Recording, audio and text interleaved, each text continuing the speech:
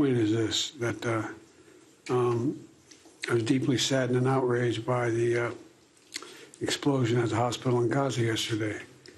And based on what I've seen, it appears as though it was done by the other team, not you. But there's a lot. United States President Joe Biden has joined world leaders in expressing outrage over a strike at the Al-Ahli Arab Hospital in Gaza, which has been under non-stop bombing by Israel for the past 12 days. The United States stands unequivocally for the protection of civilian life during conflict, and we mourn the patients, medical staff, and other innocents killed or wounded in this tragedy, Biden posted on X, formerly Twitter, before landing in Israel on Wednesday morning. At a joint news conference with Israeli Prime Minister Benjamin Netanyahu in Tel Aviv, Biden reiterated continued U.S. support to Israel, Washington's closest ally in the Middle East, despite the horrific bombing of the hospital.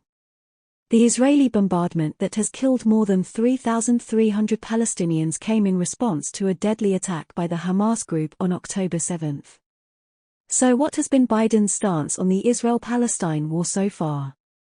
What did Biden say in Israel? Biden told Netanyahu that the Al-Ahli Arab Hospital bombing appears to have been committed by the other team, not you, implying Palestinian armed factions were behind it. Biden did not provide any evidence to back up his assessment. Israel has blamed a misfired rocket launched by Palestinian Islamic Jihad, an allegation that the group has denied. Palestinian officials have said the bombing was carried out by Israel, and initial estimates point out that 500 people have been killed there. When the Americans said that their national security team would investigate the cause of the Gaza hospital explosion on Tuesday night, many thought there will be an extensive inquiry, Al Jazeera's Alan Fisher, reporting from Tel Aviv, said. But it appears that President Biden has already decided who is behind the deadly attack. Biden did express deep outrage at what occurred. The U.S. president said on Wednesday that Washington would provide Israel with everything it needed to defend itself amid the continuing war in Gaza, adding that 31 Americans were among the more than 1,400 people killed inside Israel in the Hamas attack. This visit is a significant display of support for the Israelis. By asserting that a misfiring rocket caused the hospital carnage, Biden has effectively given Israel the green light to act as it sees fit, Al Jazeera's Fisher said. What has been Biden's stance on Israel? Since the October 7 Hamas attack, the U.S. president's rhetoric has been focused on supporting Israel.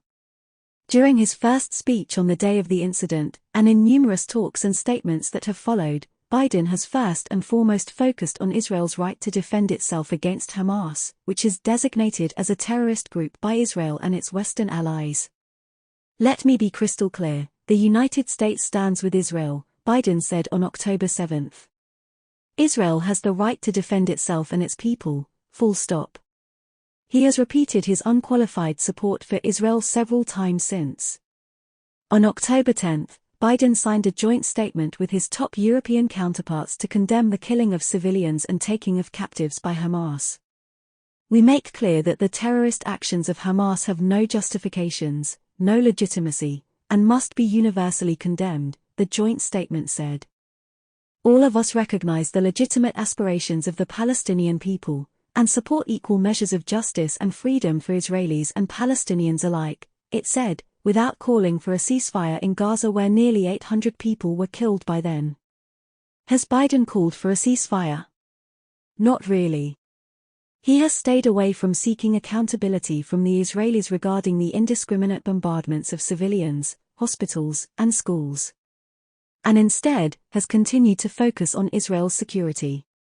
His administration has already sent weapons and Navy carriers in support of Israel. The U.S. fears regional armed groups such as Iran-backed Hezbollah might open a second front for Israeli on the Israel-Lebanon border. Biden has also avoided talking about the massive humanitarian toll of Israel's ongoing attacks on Gaza, which the United Nations and rights groups have expressed serious concern about. The U.S. president has also been silent on Israel cutting off water, electricity, and internet in the besieged enclave of 2.3 million people. The Israeli order for 1.1 million Palestinians to evacuate northern Gaza to make room for a looming ground offensive has also failed to draw Biden's attention. Did the U.S. president call for humanitarian aid? But in the past week, his rhetoric has expanded to include the humanitarian aspect without explicitly discussing Israel's role. The US is working with the governments of Israel, Egypt, Jordan, and with the UN, to surge support to ease the humanitarian consequences of Hamas's attack, create conditions needed to resume the flow of assistance, and advocate for the upholding of the law of war, his account wrote on X on October 14. But the explosion at the hospital has already had diplomatic consequences for Biden. Jordan, which was also supposed to host Biden for a summit with the country's King Abdullah II, Egyptian President Abdel Fattah el-Sisi and Palestinian Authority President Mahmoud Abbas, has called off the meetings. Biden is no longer welcome in Amman at the moment. Has Biden spoken out against Islamophobia? Earlier this week, a 6-year-old Palestinian-American boy was stabbed to death by his landlord, a 71-year-old man, in what is being seen as a hate crime. Biden condemned the killing. As Americans, we must come together and reject Islamophobia and all forms of bigotry and hatred. I have said repeatedly that I will not be silent in the face of hate, he posted on X. The US leader has repeatedly said that there is no place for hate in America amid reports of increasing hate crimes in the US based on religion. He has condemned both antisemitism and anti-Muslim sentiments rising on the back of the conflict. History has taught us again and again that antisemitism, Islamophobia, and all hate are connected, Biden tweeted before his trip to Israel.